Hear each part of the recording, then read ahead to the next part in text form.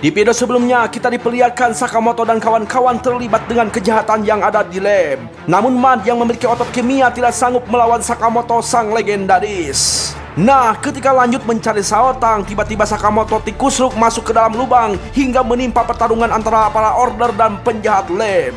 Lalu, karena para order merupakan teman lama, mereka membiarkan Sakamoto untuk mengurus si penjahat Uncal. Sedangkan para order fokus mencari si dalang kejahatan, yaitu si pembunuh Slur.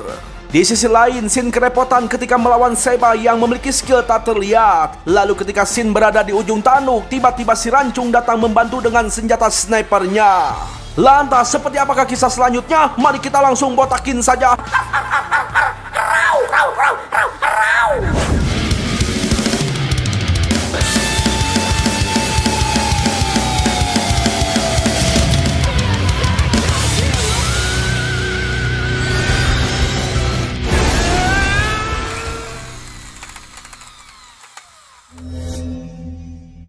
Ya, Shin sangat berterima kasih pada si Rancung yang datang membantu. Namun si Rancung malah berpikir jadi sok pahlawan. Hal itu membuat Shin jadi geremet. Namun Seba yang terkena tembakan masih hidup dan sedang bersembunyi. Tampak Seba bingung dengan sniper yang sok jagoan hingga Seba berasumsi bahwa si Rancung bukanlah halangan alias ecek-ecek. Lalu tiba-tiba tembakan si Rancung mengenai bahu Seba hingga berdarah. Ya, perlu kalian ketahui bahwa si Rancung memang sniper yang berbeda dengan umumnya, di mana meskipun targetnya sedang bersembunyi alias tidak terlihat, bagi si Rancung dengan peluru pantulnya targetnya itu sama saja dengan berdiri di depannya. Nah, karena takut dengan kehebatan si Rancung, Seba langsung berlari sambil mengeluarkan jurus transparannya. Akan tetapi bagi si Rancung, asalkan mendengar suara langkah kakinya, Seba tetap menjadi target peluru pantulnya. Namun si Rancung kebingungan saat Seba berhenti berlari dan banyak asap yang mengepul di sekitar. Lalu tak lama kemudian Seba berdiri di lantai atas tanpa memakai jaketnya dan...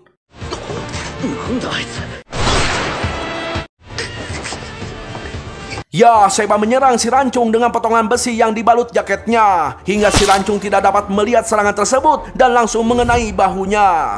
Perlu kalian ketahui, ternyata kekuatan jurus transparan Seba terletak pada jaket transparan, bukan kekuatan jurus psikisnya. Lantas Seba menyodok perut si Rancung dengan belati hingga tergeletak. Kemudian Seba menendang cadangan peluru si Rancung hingga amburadul ke bawah. Seba mempertanyakan tindakan si Rancung yang berusaha melindungi temannya. Menurut Seba, orang yang merepotkan harusnya disingkirkan dan ditinggalkan. Si Rancung dengan geram mengatakan bahwa mereka adalah teman yang sangat berharga karena mereka dengan jujur mengakui kehebatan si Rancung. Maka dari itu, untuk tidak membuat mereka berbohong soal pujian tersebut, si Rancung menunjukkan kehebatannya.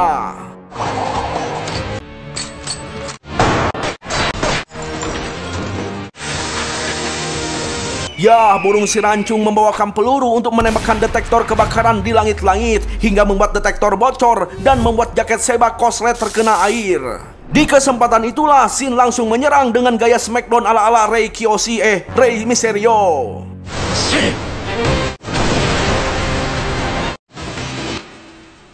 Ya, ternyata hanya dengan sekali smackdown Seba langsung terkapar tak berdaya. Namun sehabis itu, Shin dan si Rancung malah debat soal pemikiran si Rancung yang sulit dipahami.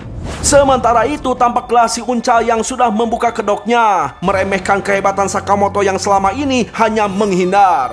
Bagi Sakamoto, lab adalah tempat berharga bagi temannya dan dia memerintahkan si Uncal untuk segera pergi dari tempat itu. Namun si Uncal percaya dengan merebut lab akan membawa cahaya untuk masa depan para pembunuh bayaran, bahkan untuk Sakamoto dan kawan-kawannya. Akan tetapi Sakamoto mengatakan bahwa orang yang tidak menghargai orang di sekitarnya tidak akan bisa menuntaskan masalah apapun. Lantas si Uncal mengeluarkan senapan di mulutnya sambil mengatakan rekan Sakamoto sudah dibunuh oleh bawahannya. Namun hanya dengan sebuah pulpen, dengan gercep Sakamoto menutup moncong senapan si Uncal hingga meledak di babangusnya. Tampaklah Sakamoto mulai melakukan ritual, meletekin tangannya sambil mengatakan bahwa temannya itu tidaklah selemah yang dikira. Mereka pun saling mengeluarkan keegoisannya masing-masing. Lalu tiba-tiba muncul sebuah ledakan. Ya, si Uncal mengetahui bahwa ledakan tersebut di gedung lab. Dan ternyata si Uncal sudah mempersiapkan sebuah bom waktu untuk menghilangkan barang bukti yang ada di gedung tersebut. Yang padahal penelitian si Uncal sudah berjalan jauh. Namun karena ketahuan si Uncal akan meledakkan gedung dalam waktu 20 menit ke depan. Sedangkan semua kawan Sakamoto masih di dalam gedung. Namun bagi Sakamoto 20 menit adalah waktu yang lama, sebab Sakamoto akan membereskan si Uncal cukup 5 menit saja. Dengan kata lain, masih ada sisa waktu untuk memberitahukan kawannya. Lalu tiba-tiba si Uncal kembali nyerenteng dan meremehkan gerakan Sakamoto dengan tubuh gemoynya. Si Uncal menyombongkan tubuh teknologi sains hasil labnya dengan mengubah 70% tubuhnya menjadi senjata. Bahkan si Uncal menjadi ranjau darat yang ampuh. Lantas Sakamoto pun tak mau kalah mengeluarkan senjatanya, yaitu patlot, stiker, pamflet diskon, buku belanja, bahkan buku kasbon pun ada. Dan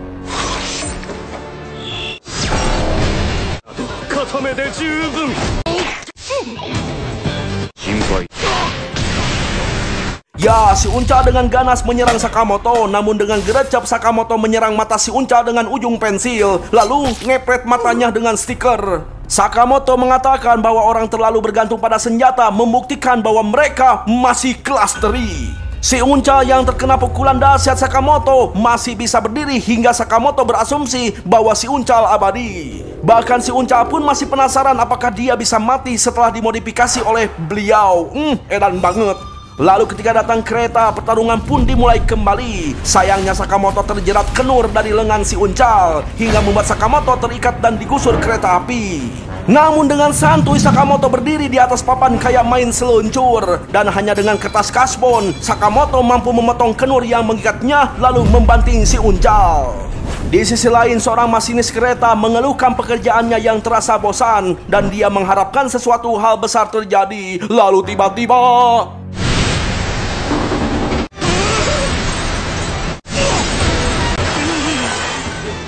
ya, tampaklah si Uncal mulai panik hingga kehausan. Namun ketika minum malah bocor. Di situ si Uncal memuji kehebatan Sakamoto sebagai pembunuh bayaran sejati, yang dimana walaupun dengan senjata seadanya, Sakamoto mampu menghajarnya habis-habisan. Nah, karena musuhnya abadi, Sakamoto tak akan menahan diri lagi dan akan segera membuat si Uncal segera innalillahi. Sontak Sakamoto langsung nyerenteng menendang si Uncal hingga melamun di kursi. Tampaklah si Uncal mulai bengong melamunkan masa lalunya, di mana dulu si Uncal telah membantai orang-orang jahat yang mengganggu ormas. Namun si Uncal malah disalahkan oleh masyarakat alias dianggap sebagai pembunuh berantai. Hingga si Uncal dikucilkan oleh para warga sekitar, padahal menurutnya dirinya itu sudah bertindak demi kebaikan orang lain. Lalu di saat si Uncal sedang depresi, datanglah beliau, yaitu Slur, mengakui dan memuji kebaikan si Uncal dan merekrut si Uncal. Beliau pun mengatakan bahwa kejahatan kadang diperlukan untuk keadilan yang mulia. Hingga akhirnya si Uncal terobsesi dengan impian beliau dan siapapun yang menghalanginya akan dimusnahkan. Tapi si Uncal langsung dibanting ke ruang sempit karena menghalangi si nenek yang mau duduk. Setelah itu si Uncal langsung dirujak habis-habisan di ruang tertutup dan sempit.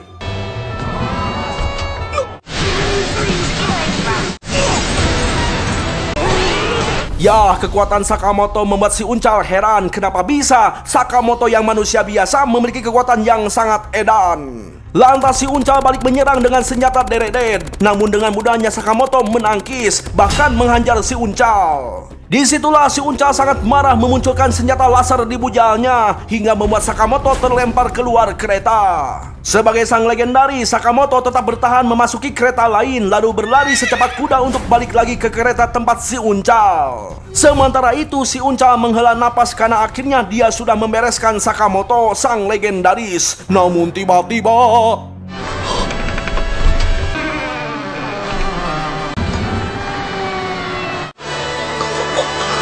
ya, kemunculan Sakamoto membuat si Uncal merinding. Sontak si Uncal melemparkan para penumpang. Dan dengan sigap Sakamoto menangkap para penumpang yang dilempar. Bahkan sempat-sempatnya menyediakan kue agar mereka tidak panik. Lalu setelah itu Sakamoto langsung nyerenteng menghantam si Uncal hingga tepar.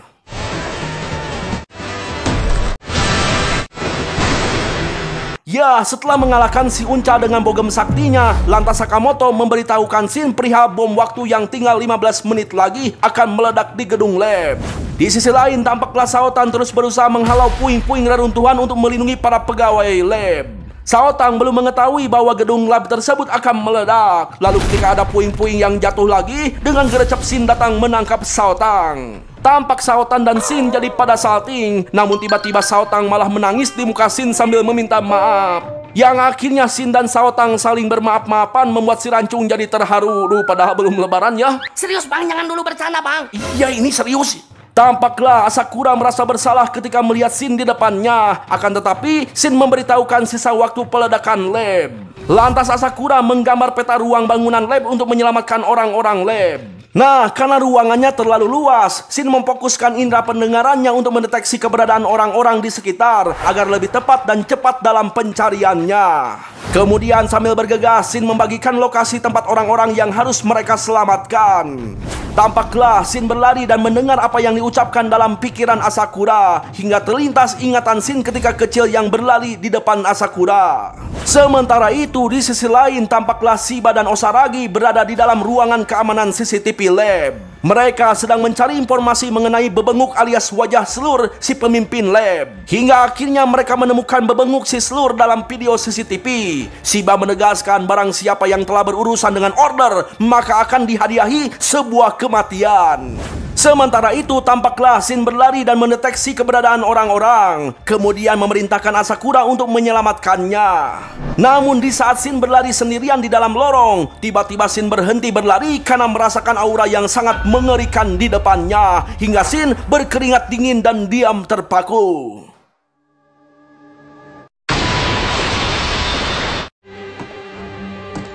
Ya, tampaklah Slur melewati Shin yang terdiam. Slur meminta Shin untuk menyampaikan salamnya pada Sakamoto. Sontak saja Shin terkejut dan membalikkan badan, namun dalam sekejap Slur sudah menghilang tanpa jejak.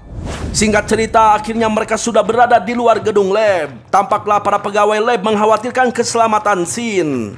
Mereka sama sekali tidak mengkhawatirkan hancurnya gedung lab dan data-data lab, karena mereka orang-orang pintar menyimpan semua penelitiannya di dalam otak mereka. Tampaklah mereka membicarakan Shin dalam hati mereka dan membiarkan Shin yang berteriak untuk menghentikan celetukan hati mereka. Tak lama kemudian Asakura menemui keluarga Sakamoto dan berterima kasih pada mereka yang telah menjaga dan mendidik Shin.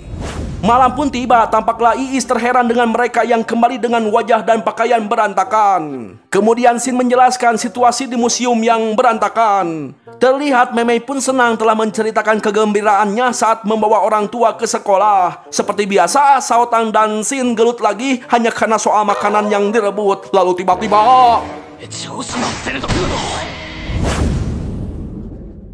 Esok hari pagi pun tiba, tampaklah Shao Tang dan Shin mengeluh karena nyeri awak alias sakit badan akibat pertarungan kemarin di gedung lab. Hingga akhirnya Sakamoto memutuskan untuk berangkat ke pemandian air panas Chongeang bersama keluarganya. Tampaklah Shin sangat khawatir dengan situasi yang masih genting alias sedang diburu oleh para pembunuh. Sedangkan mereka saat ini dalam kondisi tidak fit. Kemudian Sakamoto memberitahukan Shin bahwa salah satu misi pembunuh bayaran kelas atas adalah istirahat agar selalu dalam kondisi prima.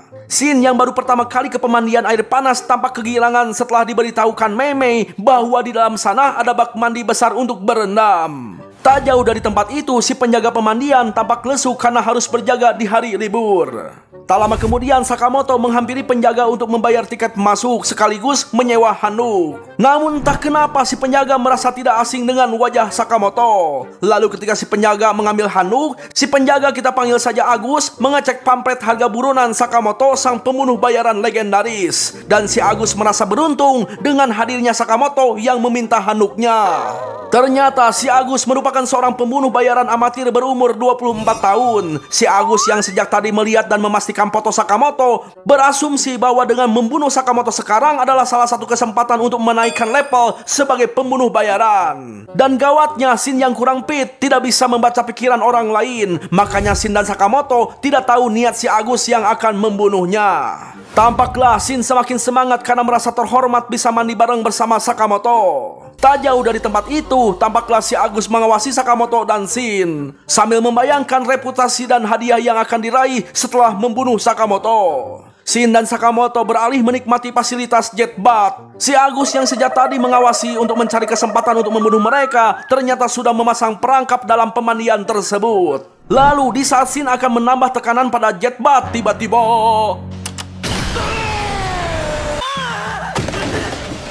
Ya, Shin langsung terlempar keluar bak, terpeleset membentur tembok bangunan hingga kepalanya berdarah. Tampak si Agus begitu senang sambil memegang remote control sebab dia berasumsi telah berhasil melemparkan Sakamoto keluar dari jetbat. Namun ketika melirik pada Sakamoto, Agus langsung kaget sebab si Sakamoto masih duduk di atas jetbat bertekanan tinggi dengan santuy. Tak lama kemudian Sakamoto mengajak Shin masuk ke ruangan sauna dengan diawasi si Agus yang makin semangat untuk menghabisi si Sakamoto. Shin yang baru masuk sauna merasa bahwa udara di dalam sauna sudah terasa panas, namun bagi Sakamoto itu masih rendah dan ingin dinaikkan lagi. Lantas Shin mengambil gayung untuk menaikkan suhu dalam ruangan sauna. Lalu tiba-tiba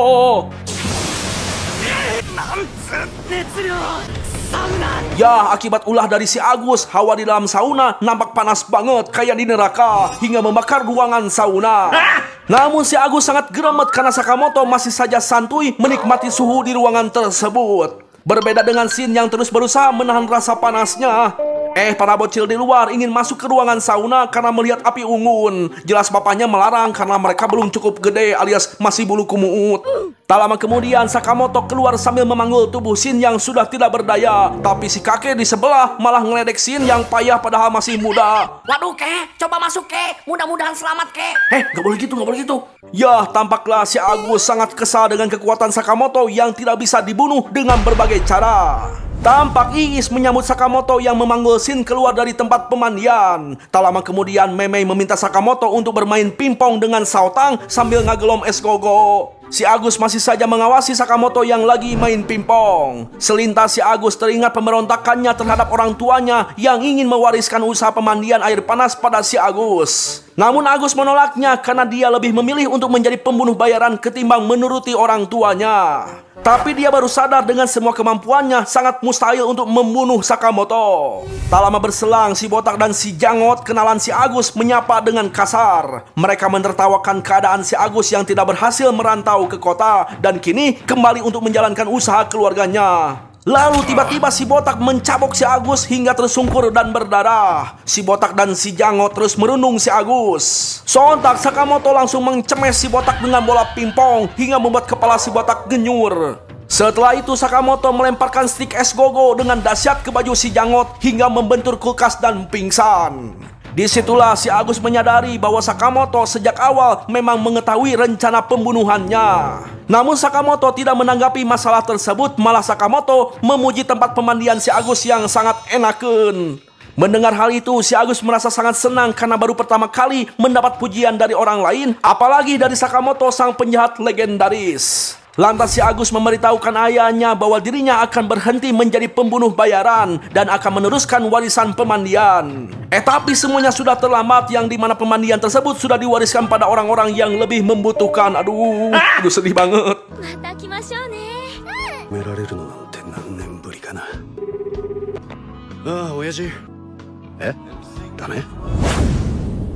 Esok hari pagi pun tiba, tampaklah Shin malah semakin mengeluhkan tubuhnya yang semakin nyeri awak setelah bermandi di air panas. Waktu pun terus berlalu, tampaklah sekelompok orang berencana untuk menjemput seseorang. Di sisi lain, tampaklah Shin masih mengeluhkan perihal pemandian air panas yang membuat badannya semakin lelah. Tak lama berselang, Saotang membawa minuman 2 gelas dengan rasa yang berbeda. Mereka bertaruh untuk mentraktir makan siang, dan ternyata rumah makan tersebut milik keluarga Saotang. Namun Saotang tidak pernah makan di tempat itu karena Saotang anak bos mafia dan sejak kecil dia selalu disajikan makanan oleh koki di rumahnya. Namun Saotang tidak suka dengan kehidupan mafia, oleh sebab itu Saotang ingin hidup seperti orang biasa yang santai dan damai. Makanya Saotang tidak pernah menghubungi teman-teman di dunia mafianya. Tampaklah Sakamoto dan Shin setuju dengan perkataan Saotang karena mereka baru merasakan kedamaian dengan kehidupan barunya. Lalu tiba-tiba ya, dengan gercep Sakamoto menahan peluru menggunakan garpu, lalu membanting si penodong ke meja makan hingga dihampiri pelayan. Kemudian si penodong mengomentari pesanan Sakamoto yang memesan melon soda seperti anak kecil. Sementara itu Saotang begitu gemetaran karena si penodong ternyata bernama Wutang, seorang anggota mafia yang datang meminta Saotang untuk menjadi pemimpin setelah kematian ayahnya. Akan tetapi Saotang menolak permintaan Wutang dan meminta Wutang untuk memilih orang lain menjadi ketua barunya. Namun tiba-tiba hidung Wutang malah memancurkan darah pada muka Saotang hingga Saotang menangis. Ya, Saotang menjelaskan bahwa Wutang sejak dulu selalu ingin mendekati Saotang hingga Wutang menjadi penasihat mafia Chunhin.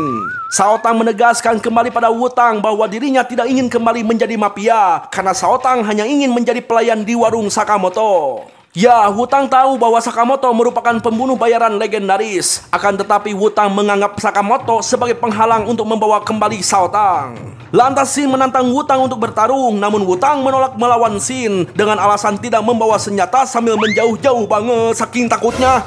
Namun meski begitu, Wutang akan melawan Shin dan Sakamoto dengan cara mafia. Shin menolak ajakan Wutang karena dia ingin bertarung secara gentle, yaitu baku hantam, agar lebih cepat selesai permasalahannya. Wutang kembali mengajak Sakamoto untuk mengikuti cara Wutang dan bertaruh seandainya Sakamoto menang, maka Wutang akan memberikan informasi terkait orang yang telah menaruh harga hadiah buronan Sakamoto. Namun Sakamoto dan Shin tidak menyetujui ajakan Wutang karena mereka ingin tetap mempertahankan Saotang apapun yang terjadi. Meski sebenarnya mereka sangat ingin tahu siapa dalang yang telah menerapkan harga buronan Sakamoto, tapi tiba-tiba Saotang malah menyetujui permintaan Wutang. Dan seandainya kalah, Saotang siap menjadi mafia demi membantu Sakamoto. 店長のために一肌脱ぐよ。ならばついてこい。手ハレンチな響きだ。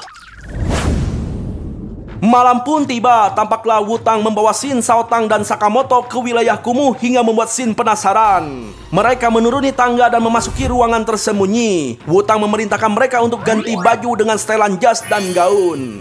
Tak lama kemudian mereka memasuki ruangan mewah tempat para manusia kegelapan berasosialisasi, yaitu kasino bawah tanah. Wutang memberikan chip modal senilai 3,3 miliar pada mereka. Lantas Wutang memberitahukan mereka aturan permainannya, di mana mereka harus mengumpulkan uang sebanyak mungkin dalam 2 jam untuk memenangkan permainannya.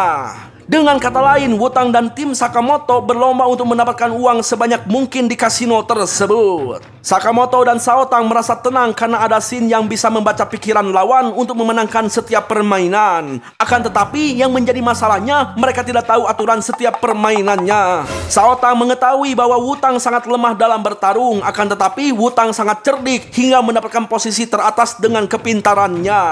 Tampak Shin langsung terkaget ketika melihat Wutang yang sudah memenangkan gaple hingga 3 kali lipat menjadi 9,9 miliar dengan sekali bermain.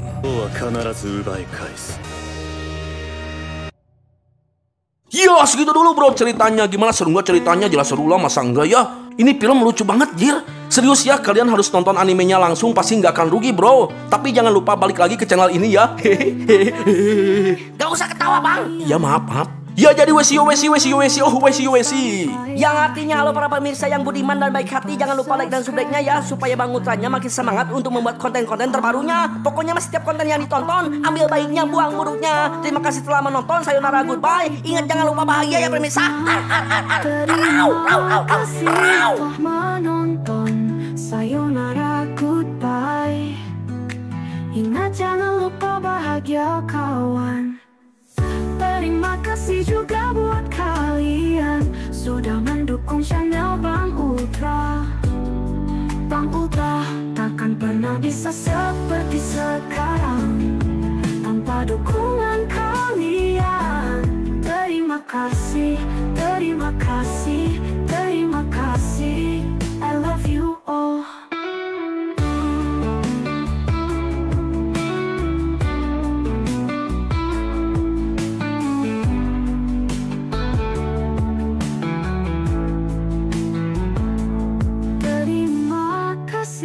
Telah menonton, sayonara, goodbye.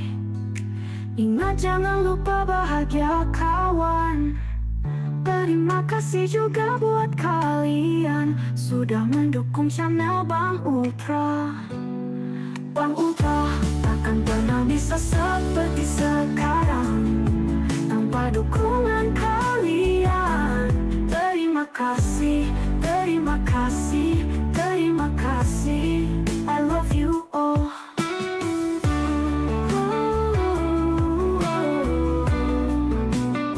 I love you all.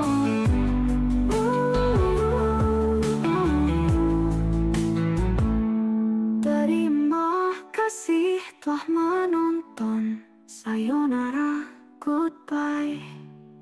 Terima kasih. Terima kasih kalian yang telah menonton sampai akhir. Jangan lupa subscribe, like sebanyak-banyaknya. Apapun yang kalian tonton, ambil baiknya, buang buruknya. Terima kasih telah menonton. Sayonara, goodbye. Ingat, jangan lupa.